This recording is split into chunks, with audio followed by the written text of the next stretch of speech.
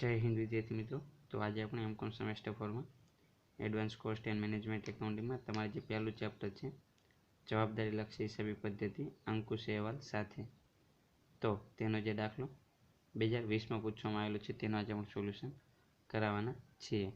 તો 2020માં તમારે જે પહેલો દાખલો પૂછવામાં આવેલો છે કેયુર લિમિટેડ વાળો, તેનો આજે આપણે સોલ્યુશન કરાવવાના છીએ। તો સૌપ્રથમ આપણે આ દાખલાની રકમ જોઈશું, ત્યાર પછી આનું સોલ્યુશન કરાવીશું। તો આજના વિડીયોમાં એન્ડ સુધી બન્યા રહેજો। તો ચાલો આપણે સ્ટાર્ટ કરીએ। તો સૌપ્રથમ આપણે અહીં કીધેલું છે કે કેયુર લિમિટેડ પોતાની વસ્તુ 3 ઉત્પાદન વિભાગ એટલે કે વિભાગ અ, બ અને ક માં ઉત્પાદન કરે છે, તેની વર્ષ 2018-19ની માહિતી આપણને નીચે મુજબ આપવામાં આવેલી છે। તો અહીં કેયુર લિમિટેડ 3 વિભાગમાં ઉત્પાદન કરે છે પોતાની વસ્તુનું, વિભાગ અ, બ અને ક, તે અંગેની આપણને માહિતી આપેલી છે વર્ષ 2018-19ની। તો આપણે જોઈએ તો આપણને સૌપ્રથમ વેચાણ આપેલું છે વિભાગ અનું, બનું અને કનું, ત્યાર પછી કુલ વેચાણ આપેલું છે, ત્યાર પછી તેમાંથી આપણને ઉત્પાદન ખર્ચા આપેલા છે। તો વસ્તુ અ માટેના સ્થિર ખર્ચ આપેલા નથી, પરંતુ બ અને ક માટેના આપેલા છે।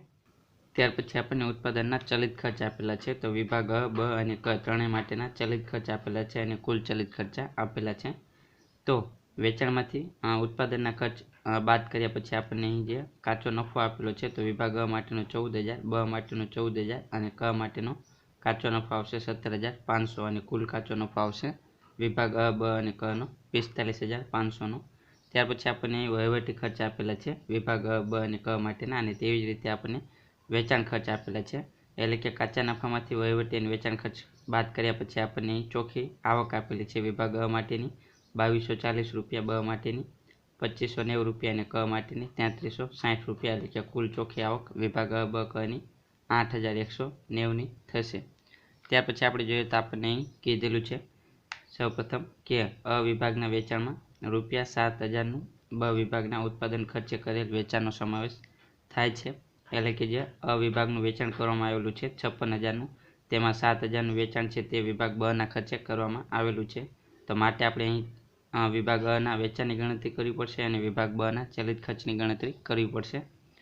ત્યાર પછી આપણને કીધેલું છે કે વહીવટી ખર્ચમાં ₹4,550નો સામાન્ય ખર્ચનો સમાવેશ થાય છે, એટલે કે જે વહીવટી ખર્ચ આપણને આપેલા છે 14,770, તેમાં 4,550ના સામાન્ય ખર્ચનો સમાવેશ થાય છે, તે આપણે બાદ કરવાનું છે, અને આ જે સામાન્ય ખર્ચા છે તેની ફાળવણી આપણે વિભાગના કાચા નફાના પ્રમાણમાં કરવાની છે, એટલે કે વિભાગ અ, બ અને ક વચ્ચે આપણે કાચા નફાના પ્રમાણમાં 4,550ની ફાળવણી કરવાની છે।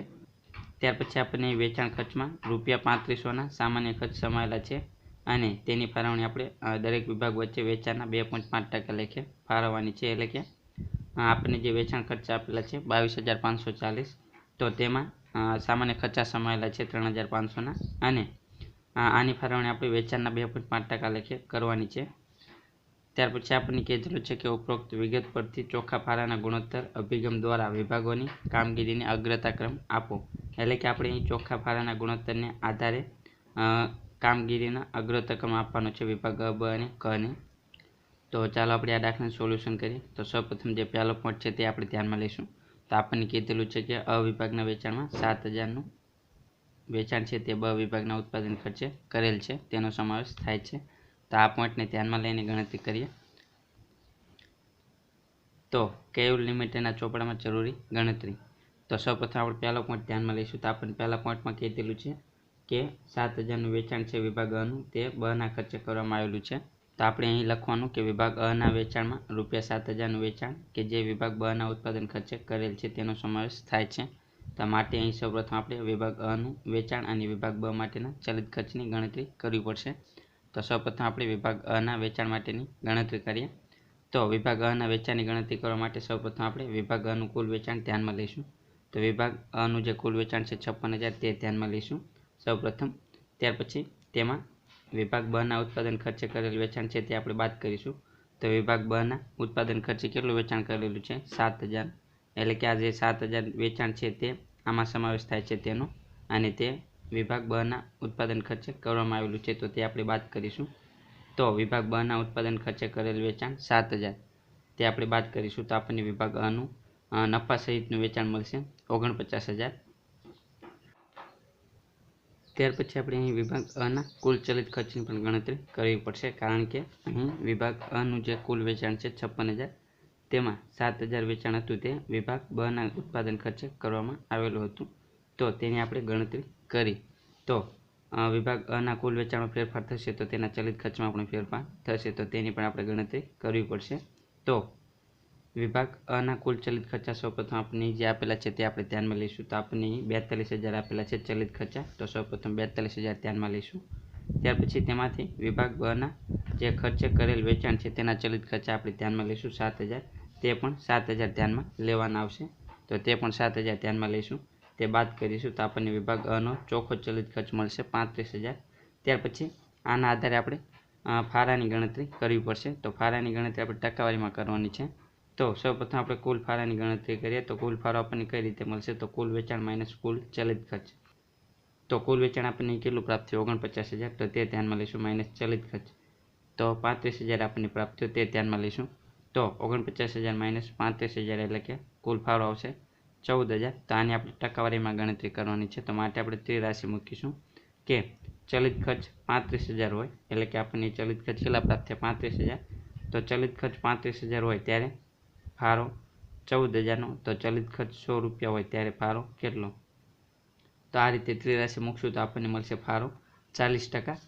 તો ફાળો આપણે 40% ધ્યાનમાં લઈશું. ત્યાર પછી આપણે વિભાગ અના કુલ નફા સહિત વેચાણની ગણતરી કરીએ. એટલે કે આપણને જે વિભાગ અનું વેચાણ આપેલું છે 56,000, તેમાંથી જે 7,000નું વેચાણ કરવામાં આવેલું છે તે નફા સહિતનું નથી, એટલે કે નફા વગરનું વેચાણ છે. તો તેના પર આપણે નફાની ગણતરી કરવાની છે. તો આપણે અહીં વિભાગ અનું નફા સહિતનું વેચાણ 49,000 ધ્યાનમાં લઈશું, અને જે 7,000નું વેચાણ છે તે પણ આપણે નફા સહિત ધ્યાનમાં લેવાનું છે. તો તેની આપણે ગણતરી કરવી પડશે.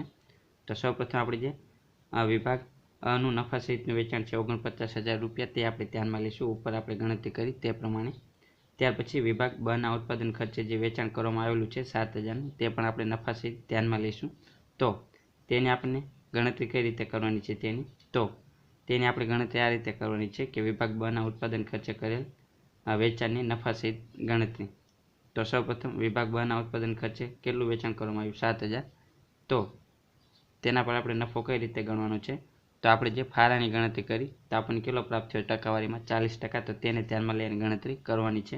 એટલા માટે આપણે ફાળાની ગણતરી કરી ટકાવારીમાં. તો 7,000ના 40% આપણે ધ્યાનમાં લેવાના, તો આપણને મળશે 2,800 રૂપિયા. તો આ આપણો નફો થશે. તો 7,000 પ્લસ 2,800 એટલે કે આપણને મળશે વિભાગ બના ઉત્પાદન ખર્ચે કરેલ કુલ વેચાણ નફા સહિતનું 9,800 રૂપિયા. એટલે કે જે 7,000નું વેચાણ કરેલું છે તે નફા સહિત થશે 9,800નું. તો આપણે નફા સહિત વેચાણ ધ્યાનમાં લેવાનું છે. તો 9,800 ધ્યાનમાં લઈશું નફા સહિતનું વેચાણ. તો આપણને વિભાગ અ માટેનું કુલ નફા સહિતનું વેચાણ મળશે 58,800. એટલે કે આપણે જ્યારે આગળ ગણતરી કરીશું ત્યારે આપણે જે વિભાગ અ માટેનું કુલ વેચાણ છે 56,000, તેની જગ્યાએ આપણે કુલ વેચાણ નફા સહિત ધ્યાનમાં લેવાનું છે 58,800નું. તો આ થશે વિભાગ અના નફા સહિત વેચાણની ગણતરી. તો ત્યાર પછી આપણે વિભાગ બના ચલિત ખર્ચ અહીંયાની ગણતરી કરીએ. તો સૌપ્રથમ તેની ગણતરી કરવા માટે વિભાગ બનો જે કુલ ચલિત ખર્ચ છે તે ધ્યાનમાં લઈશું. તો વિભાગ બ માટે જોઈએ ચલિત ખર્ચ કેટલો આવશે 24,500. તો તે ધ્યાનમાં લઈશું. ત્યાર પછી તેમાંથી આપણે બાદ કરીશું વિભાગ અમાં કરેલ ફેરબદલ માલનો ચલિત ખર્ચ. તો ચલિત ખર્ચ કેટલો આવશે, તો તે ચલિત ખર્ચ પણ 7,000નો આવશે. તો તે 7,000 ધ્યાનમાં લઈશું, તે બાદ કરીશું તો આપણને 17,500 મળશે. ત્યાર પછી આમાં આપણે ઉમેરો કરીશું. તો વિભાગ અમાંથી ફેરબદલ કરેલ માલનો ચલિત ખર્ચ નફા સહિત આપણે ધ્યાનમાં લઈશું. તો આપણે ગણતરી કરેલી છે તે જ ધ્યાનમાં લઈશું. તો આપણને નફા સહિત કેટલો પ્રાપ્ત થયો 9,800, તે જ આપણે ધ્યાનમાં લેવાનું છે ચલિત ખર્ચ પણ. તો 9,800 આવશે, તે આપણે ઉમેરી દઈશું 17,500માં. તો આપણને મળશે વિભાગ બના કુલ ચલિત ખર્ચા 27,300. એટલે કે આપણે જે દાખલામાં વિભાગ બના ચલિત ખર્ચા આપેલા છે 24,500, તેની જગ્યાએ વિભાગ બના ચલિત ખર્ચા આપણે 27,300 ધ્યાનમાં લેવાના. ત્યાર પછી આપણને જે બીજો પોઈન્ટ આપેલો છે કે વહીવટી ખર્ચમાં 4,550 રૂપિયાના સામાન્ય ખર્ચનો સમાવેશ થાય છે, અને તેની ફાળવણી આપણે કાચા નફાના પ્રમાણમાં કરવાની છે. તો તેની ગણતરી કરીએ. તો વહીવટી ખર્ચ અંગેની ગણતરી. તો સૌપ્રથમ આપણે જે વહીવટી ખર્ચ આપેલા છે વિભાગ અ, બ અને ક માટેના તે ધ્યાનમાં લઈશું. તો અ માટે 4,690, બ માટે 4,060 રૂપિયા, ક માટે 6,020 રૂપિયા. સૌપ્રથમ તે આપણે લખી દઈશું વહીવટી ખર્ચ વિભાગ અ બ ક માટે, અને કુલ ખર્ચ આપેલા છે વહીવટી તે પણ આપણે ધ્યાનમાં લઈશું 14,770. ત્યાર પછી આ વહીવટી ખર્ચમાં જે સામાન્ય ખર્ચ સમાયેલા છે તે આપણે બાદ કરીશું. તો સામાન્ય ખર્ચ કેટલા સમાયેલા છે? 4,550, એટલે કે કુલ સામાન્ય ખર્ચ આવશે 4,550. તે આપણે કઈ રીતે ફાળવવાના છે? તો તેની ફાળવણી આપણે કાચા નફાના પ્રમાણમાં કરવાની છે. તો કાચો નફો આપણને દાખલામાં આપેલો છે 14,000 વિભાગ અનો, બનો 14,000 અને કનો 17,500. તો આનું આપણે પ્રમાણ કાઢીશું અને તેના પ્રમાણમાં આપણે ફાળવીશું. તો આનું પ્રમાણ આપણે કાઢીએ તો આનું પ્રમાણ નીકળશે 2:2:2.5. તો આ પ્રમાણમાં આપણે આની ફાળવણી કરીશું. તો જે 4,550 છે સામાન્ય ખર્ચ તે આપણે ફાળવણી કરીશું 2:2:2.5ના પ્રમાણમાં. તો 4,550 ગુણ્યા 2/6.5 કરીશું તો આપણને મળશે વિભાગ અ માટે 1400, વિભાગ બ માટે 1400 અને વિભાગ ક માટે 1750. તો વિભાગ અમાં સામાન્ય ખર્ચા 1400 સમાયેલા છે, વિભાગ બમાં 1400 અને કમાં 1750. તો આ આપણે બાદ કરીશું તો આપણને મળશે ચોખ્ખા વહીવટી ખર્ચા. તો વિભાગ અ માટે મળશે આપણને ચોખ્ખા વહીવટી ખર્ચા 3290 રૂપિયા, વિભાગ બ માટે 2660 અને વિભાગ ક માટે 4270 અને કુલ આવશે 10,220. તેવી જ રીતે આપણને દાખલામાં ત્રીજો પોઈન્ટ આપેલો છે વેચાણ ખર્ચ અંગેનો, તે આપણે ધ્યાનમાં લઈએ. તો આપણને કીધેલું છે કે વેચાણ ખર્ચમાં રૂપિયા 3500ના સામાન્ય ખર્ચનો સમાવેશ થાય છે, જે દરેક વિભાગના તેના વેચાણના પ્રમાણમાં 2.5% લેખે ફાળવવાના છે. એટલે કે વેચાણ ખર્ચમાં સામાન્ય ખર્ચા સમાયેલા છે 3500, તે તેની આપણે ગણતરી કરીએ. તો વેચાણ ખર્ચ અંગેની ગણતરી. તો સૌપ્રથમ આપણને દાખલામાં જે વેચાણ ખર્ચ આપેલા છે વિભાગ અ બ અને કના તે આપણે લખી દઈશું. તો વિભાગ અ માટે આવશે 7,070, બ માટે આવશે 7,350, ક માટે આવશે 8,120 અને કુલ આવશે 22,540. તો સૌપ્રથમ આપણે વેચાણ ખર્ચા વિભાગ અ બ ક ના લખી દઈશું અને કુલ લખી દઈશું. ત્યાર પછી તેમાં જે સામાન્ય ખર્ચા સમાયેલા છે તે આપણે બાદ કરીએ. તો સામાન્ય ખર્ચા કેટલા સમાયેલા છે? તો વેચાણ ખર્ચમાં 3500 સમાયેલા છે, તો કુલ આવશે 3500. તો આ 3500 સામાન્ય ખર્ચની ફાળવણી આપણે કઈ રીતે કરીશું? તો આપણને કીધેલું છે વેચાણના 2.5% લેખે કરવાની છે. તો આપણે જોઈએ વિભાગ અનું કુલ વેચાણ કેટલું? 56,000. તો 56,000ના 2.5% એટલે કે 1400 આવશે. એટલે કે વિભાગ અમાં સામાન્ય ખર્ચ 1400નો સમાયેલો છે. ત્યાર પછી વિભાગ બનું કુલ વેચાણ 42,000, તેના 2.5% એટલે કે આપણને મળશે સામાન્ય ખર્ચા 1,050 રૂપિયા. એટલે કે વિભાગ બમાં સામાન્ય ખર્ચ 1,050 રૂપિયા સમાયેલા છે.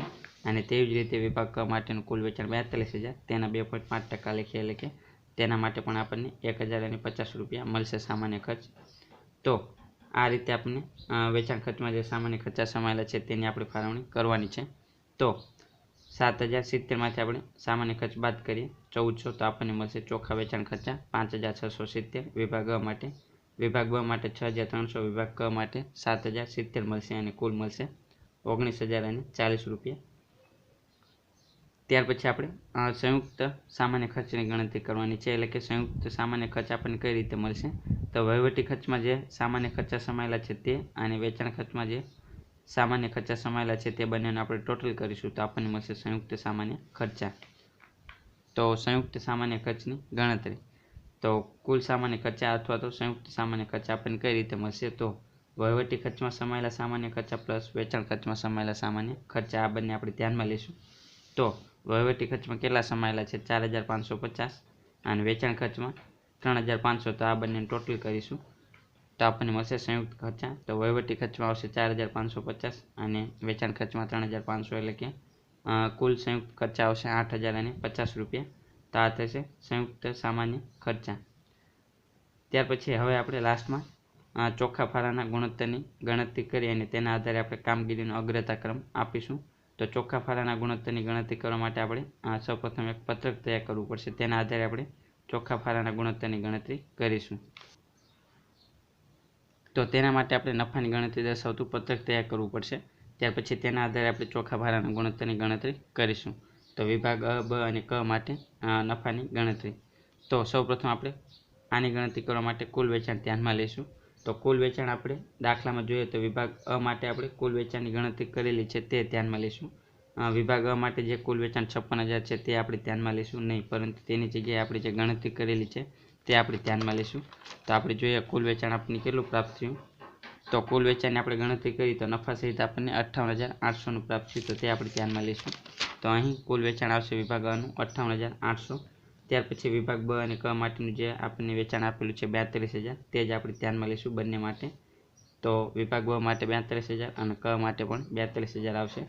તો આનો આપણે ટોટલ કરીશું વિભાગ અ બ કનો, તો આપણને કુલ વેચાણ મળશે 1,42,800 રૂપિયા. ત્યાર પછી આપણે કુલ વેચાણમાંથી ચલિત ખર્ચા બાદ કરીએ તો આપણને મળશે ફાળો.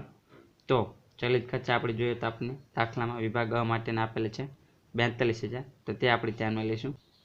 તો વિભાગ અ માટેના ચલિત ખર્ચા આવશે 42,000. ત્યાર પછી વિભાગ બ માટેના ચલિત ખર્ચા, તો વિભાગ બ માટેના જે ચલિત ખર્ચા 24,500 છે તે આપણે ધ્યાનમાં નહીં લઈએ, પરંતુ આપણે જે ચલિત ખર્ચની ગણતરી કરેલી છે વિભાગ બ માટે તે ધ્યાનમાં લઈશું. તો વિભાગ બ માટેના આપણને ચલિત ખર્ચા કેટલા પ્રાપ્ત થયા? 27,300, તો તે આપણે ધ્યાનમાં લઈશું. તો વિભાગ બ માટેના ચલિત ખર્ચા આવશે 27,300. ત્યાર પછી વિભાગ ક માટે જે ચલિત ખર્ચા છે 23,800, તે જ આપણે આવશે, તો 23,800. ત્યાર પછી આનો ટોટલ કરીશું તો કુલ ચલિત ખર્ચા આવશે 93,100 રૂપિયા. તો કુલ વેચાણમાંથી ચલિત ખર્ચા આપણે બાદ કરીએ તો આપણને ફાળો મળશે. તો વિભાગ અ માટે 16,800 મળશે, વિભાગ બ માટે 14,700 અને વિભાગ ક માટે 18,200 મળશે, અને કુલ મળશે આપણને ફાળો 49,700નો. ત્યાર પછી આપણે ફાળામાંથી જે આપણને દાખલામાં ખર્ચા આપેલા છે તે આપણે બાદ કરીએ તો આપણને મળશે ચોખ્ખો ફાળો. તો સૌપ્રથમ આપણે જોઈએ તો આપણને દાખલામાં ઉત્પાદન ખર્ચ આપેલા છે. તો સ્થિર ખર્ચ આપણે સૌપ્રથમ ધ્યાનમાં લઈએ વિભાગ બ અને ક માટેના. તો વિભાગ બ માટે 3500 અને ક માટે 700 આપેલા છે, અને કુલ 4,200, તો તે આપણે ધ્યાનમાં લઈશું. આપણને અહીં અ માટે આપેલા નથી સ્થિર ખર્ચા, તો અ માટે આપણે ધ્યાનમાં નહીં લેવાના. તો સૌપ્રથમ આપણે ઉત્પાદનના સ્થિર ખર્ચા છે તે આપણે ધ્યાનમાં લઈએ. બ માટે 3,500 આપેલા છે, ક માટે 700 અને કુલ આપેલા છે 4,200, તે આપણે ધ્યાનમાં લઈશું. ત્યાર પછી આપણે જે વહીવટી ખર્ચા છે તે ધ્યાનમાં લઈશું. તો વહીવટી ખર્ચની આપણે ગણતરી કરેલી છે તે ધ્યાનમાં લેવાના, જે આપણને અહીં આપેલા છે તે આપણે ધ્યાનમાં લેવાના નહીં. તો વહીવટી ખર્ચની આપણે ગણતરી કરી તો તે આપણે ધ્યાનમાં લઈશું.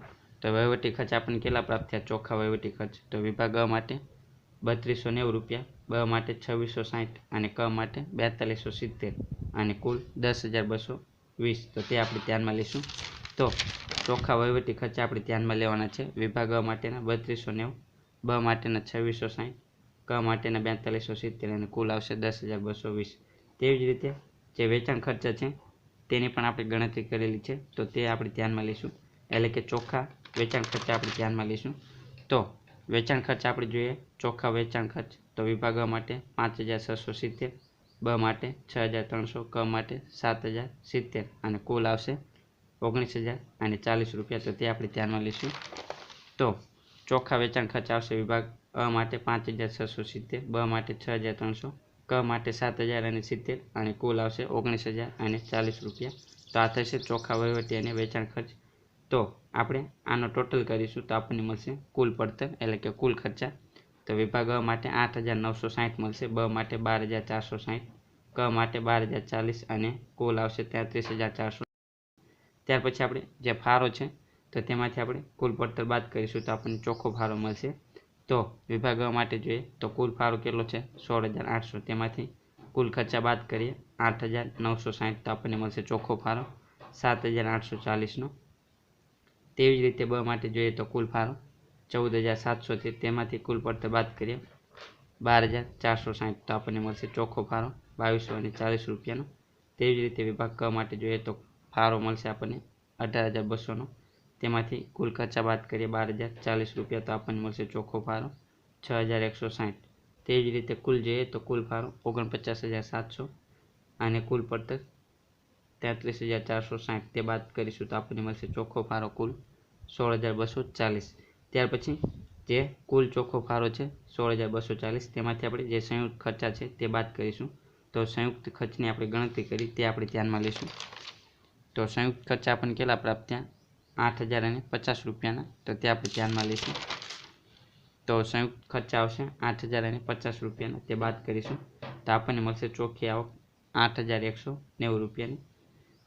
ત્યાર પછી આપણે આના આધારે આપણે ચોખ્ખા ફાળાના ગુણોત્તરની ગણતરી કરવાની છે. ત્યાર પછી આપણને એ દાખલામાં કીધેલું છે કે ચોખ્ખા ફાળાના ગુણોત્તરને આધારે વિભાગોને કામગીરીનો અગ્રતાક્રમ આપો. તો આપણે આ જે પત્રક છે તેના આધારે ચોખ્ખા ફાળાના ગુણોત્તરની ગણતરી કરીશું અને તેના આધારે કામગીરીનો અગ્રતાક્રમ આપીશું. તો ચોખ્ખા ફાળાનો ગુણોત્તર, તો તે માટેનું સૂત્ર આવશે કે ચોખ્ખો ફાળો છેદમાં વેચાણ ગુણ્યા 100. તો આપણે આના આધારે ચોખ્ખા ફાળાના ગુણોત્તરની ગણતરી કરીશું. તો સૌપ્રથમ આપણે જોઈએ વિભાગ અ માટે. તો ચોખ્ખો ફાળો આપણને કેટલો પ્રાપ્ત થયો વિભાગ અ માટેનો? 7,840. તો તે ધ્યાનમાં લઈશું. છેદમાં વેચાણ, તો વેચાણ વિભાગ અ માટેનું કેટલું છે? 58,800. તો તે આપણે ધ્યાનમાં લઈશું. 58,800 ગુણ્યા 100. તો આપણને ચોખ્ખા ફાળાનો ગુણોત્તર મળશે વિભાગ અ માટેનો 13.33%. તેવી જ રીતે વિભાગ બ માટે જોઈએ તો ચોખ્ખો ફાળો કેટલો છે? 2240 રૂપિયાનો. તો તે ધ્યાનમાં લઈશું. કુલ વેચાણ આપણે જોઈએ તો વિભાગ બ માટેનું 42,000નું છે. તો તે આપણે ધ્યાનમાં લઈશું. 42,000 ગુણ્યા 100. તો આપણને મળશે 5.33%. તેવી જ રીતે વિભાગ ક માટે જોઈએ તો ચોખ્ખો ફાળો કેટલો છે? 6,160. તે ધ્યાનમાં લઈશું. કુલ વેચાણ, તો કુલ વેચાણ ક માટે પણ 42,000 છે. તો તે ધ્યાનમાં લઈશું. ક માટેનું વેચાણ 42,000 ગુણ્યા 100. તો આપણને મળશે ચોખ્ખા ફાળાનો ગુણોત્તર 14.67%. તો આ રીતે આપણને વિભાગ અ, બ અને ક માટે ચોખ્ખા ફાળાનો ગુણોત્તર મળશે 13.33%, 5.33% અને 14.67%. ત્યાર પછી આપણે આને દરેક વિભાગોને કામગીરીનો અગ્રતા ક્રમ આપવાનો છે. એટલે કે જે વિભાગનો ચોખ્ખા ફાળાનો ગુણોત્તર સૌથી વધુ હોય તેને આપણે પ્રથમ ક્રમ આપવાનો, ત્યાર પછી તેના કરતાં ઓછો હોય તેને બીજો ક્રમ આપવાનો. તે રીતે આપણે ક્રમ આપવાનો છે. તો આપણે જોઈએ તો વિભાગ અ, બ અને ક માંથી વિભાગ કનો ચોખ્ખા ફાળાનો ગુણોત્તર સૌથી વધુ છે, એટલે કે 14.67% છે. તો તેને આપણે પ્રથમ ક્રમ આપીશું. ત્યાર પછી વિભાગ અ માટે જોઈએ તો 13.33% છે, એટલે કે તેના કરતાં ઓછો છે. તો તેને આપણે બીજો ક્રમ આપીશું. અને સૌથી ઓછો આપણે જોઈએ તો વિભાગ બનો છે ચોખ્ખા ફાળાનો ગુણોત્તર. તો તેને આપણે ત્રીજો ક્રમ આપીશું. તો આ રીતે આપણે કામગીરીનો ક્રમ આપવાનો છે. અને લાસ્ટમાં આપણે લખવાનું છે કે ઉપરોક્ત ગુણોત્તર પરથી સ્પષ્ટ થાય છે કે વિભાગ ક સૌથી વધુ નફાકારક વિભાગ છે. તો આ રીતે આપણે આ દાખલાની ગણતરી કરવાની હતી. આ દાખલો તમને 2020માં પૂછેલ છે 20 માર્કમાં. તો આ દાખલાનું સોલ્યુશન અહીં પૂરું થાય છે.